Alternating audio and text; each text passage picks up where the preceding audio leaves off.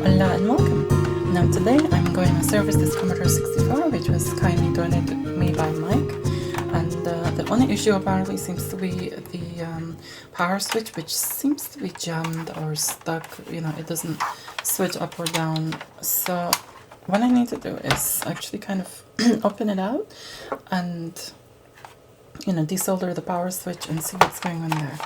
So let's begin.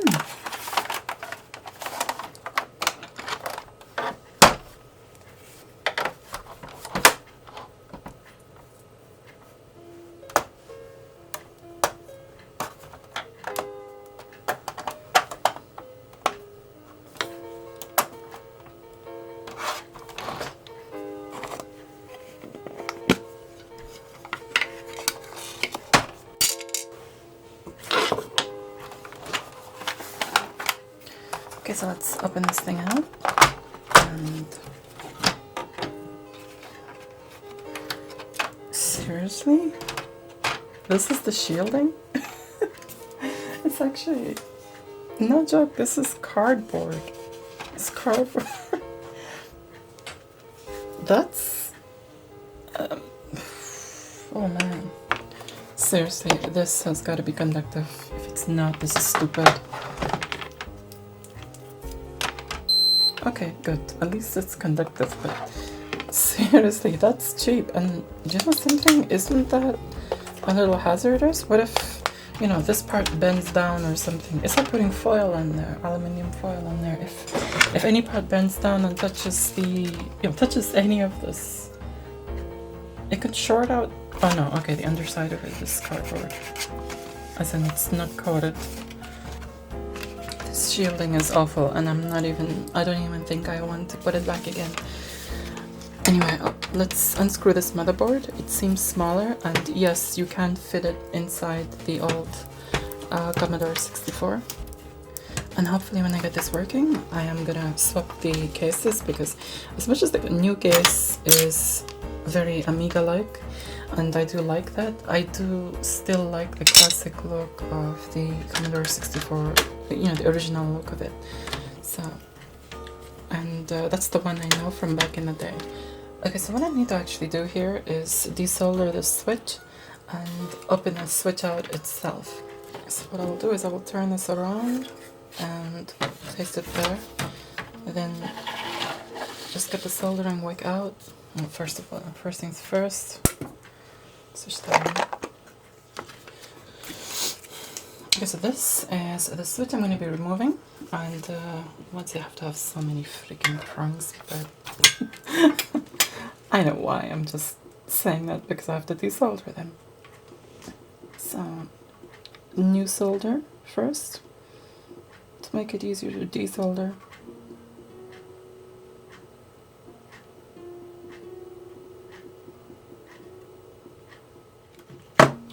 Okay, so let's get the flux and the desoldering wick out.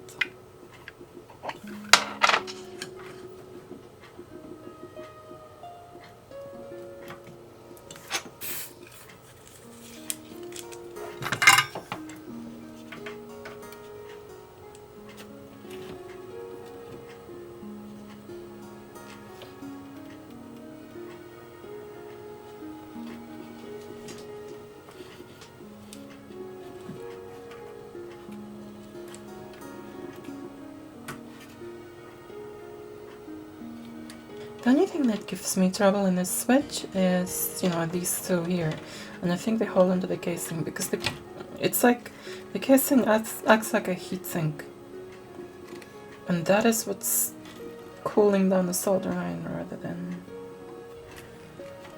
heating it up, because it gets stuck on here, and it's hard to take the solder off it.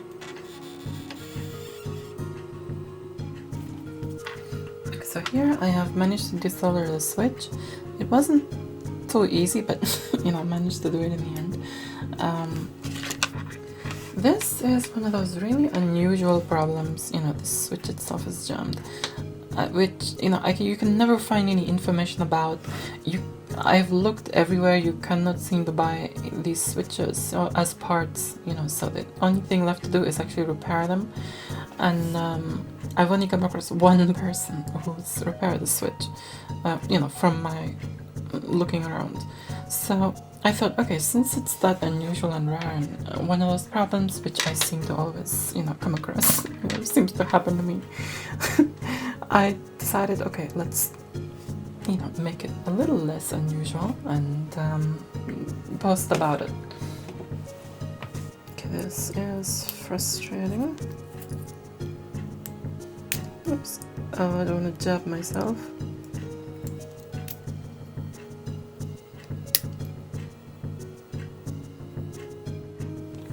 I'm going to take it off gently so I don't disturb anything inside it.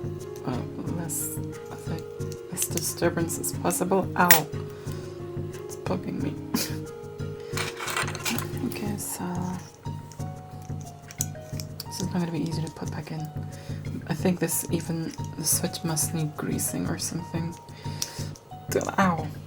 That's freaking awkward! Okay, let's kind of try and prise this up from that side. It's not going to prise up from that side, it's dug its nails in. Okay, so it's kind of... So I don't want this to pop out and fly everywhere. Ooh! Ah! Metal contact popped out. So what is going on here? Let me check this. Does this... Okay, so this part of the mechanism is fine. It moves up and down. I'm not good at the high precision things like this, especially when I've got no experience in them. Because of that thing, this seems to have disintegrated. Yes.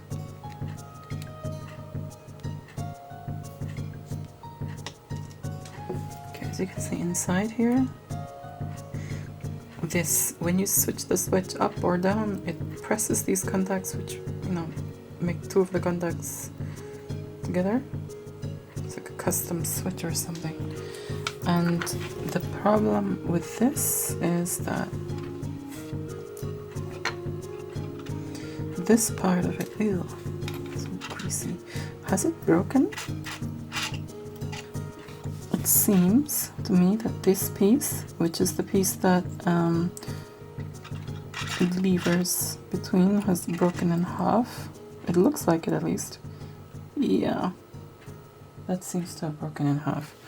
What the freak do I do with this? And it's got grease on it, so let me just wipe that grease off first. Okay, I'll just wet this with isopropyl alcohol. You see there? That's how it needs to be. So let's kind of put this on a tissue. And this is cleaned. There's no more grease on it. This is going to have to be very precision work here. Yeah, I should be wearing gloves, but I don't have any at hand right now. Ah, no! Freaking glue has to become stubborn at the last minute. Right, okay, I've got the tiniest bit of glue on there. Now I just need to piece these together. Come on, not my nail, please. Just the plastic. Okay, this is not gonna, because my body is making slight movements. So the glue is not bonding. I need to put this on. Basically what I need to do is put it on the surface and then stick it together and just leave it to bond. Okay, so this thing is starting to bond, which is good. And it's starting to become quite solid, actually. So while that is bonding, you know, maybe I can salvage this thing. What this needs is contact cleaning from the underneath. Let's kind of pull this out here.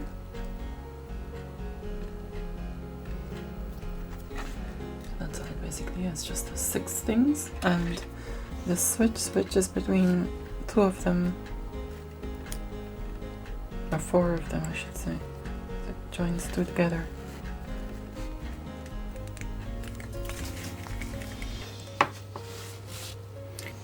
Let's get this thing well away from myself.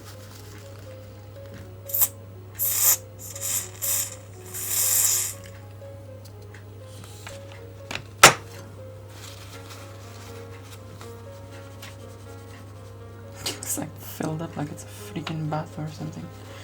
Let's let them soak, actually. You can see the solution turning not a nice color. This is not good for your hands or your skin, so I'm gonna wash my hands immediately after I've done this.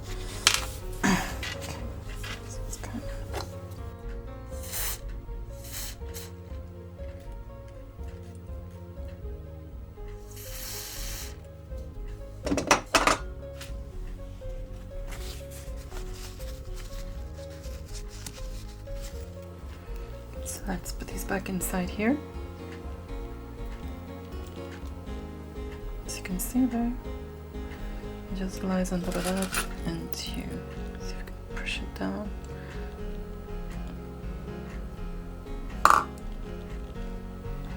Just this lies on top of that. And the other one here. It's times like this I'm thankful I've got long nails. Let's put this back in there. Yep, perfect.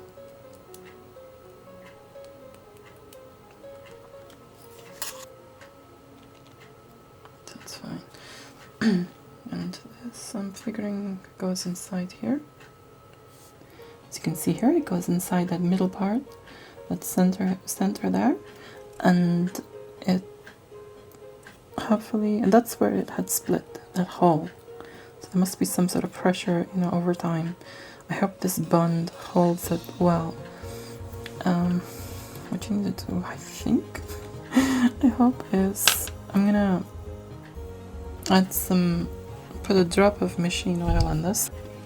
Preferably I should be adding grease, not machine oil, but machine oil is all I have. Oh, too much. Even one drop is too much, but I put 2 drops. So let's kind of like soak up the excess. Yeah, everything else is actually fine, to be honest. And all we need to do is just... Okay, so when putting this in, make sure that these 2 tabs here are on the same side as these, because these go into the PCB. And then not on top, on there. So this thing came off. Okay, that's fine. What I'm gonna have to do is I'm gonna have to bend this casing before I actually put it on there, so that it can clip in. So actually, what I'll do is I'll pull this center shaft out and just bend these inwards just a little.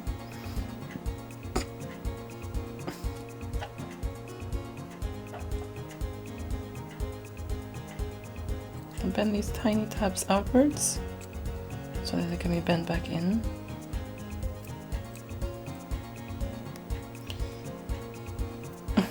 If there's a special technique for this, I don't know it, but I'm doing what seems right.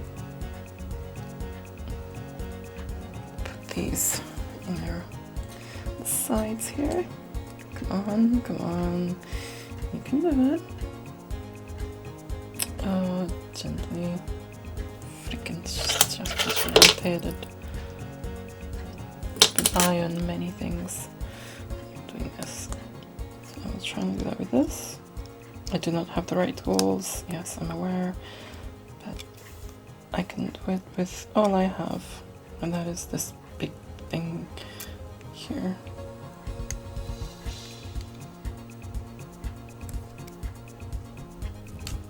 Okay.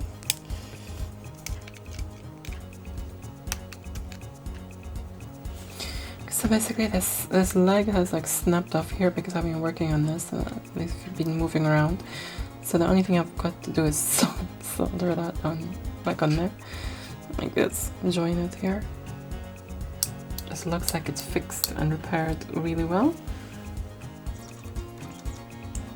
But at least, you know, I got to show you what's inside the switch. It's an unusual problem, but clearly it happens, and it has happened, you know, to one other that I know of.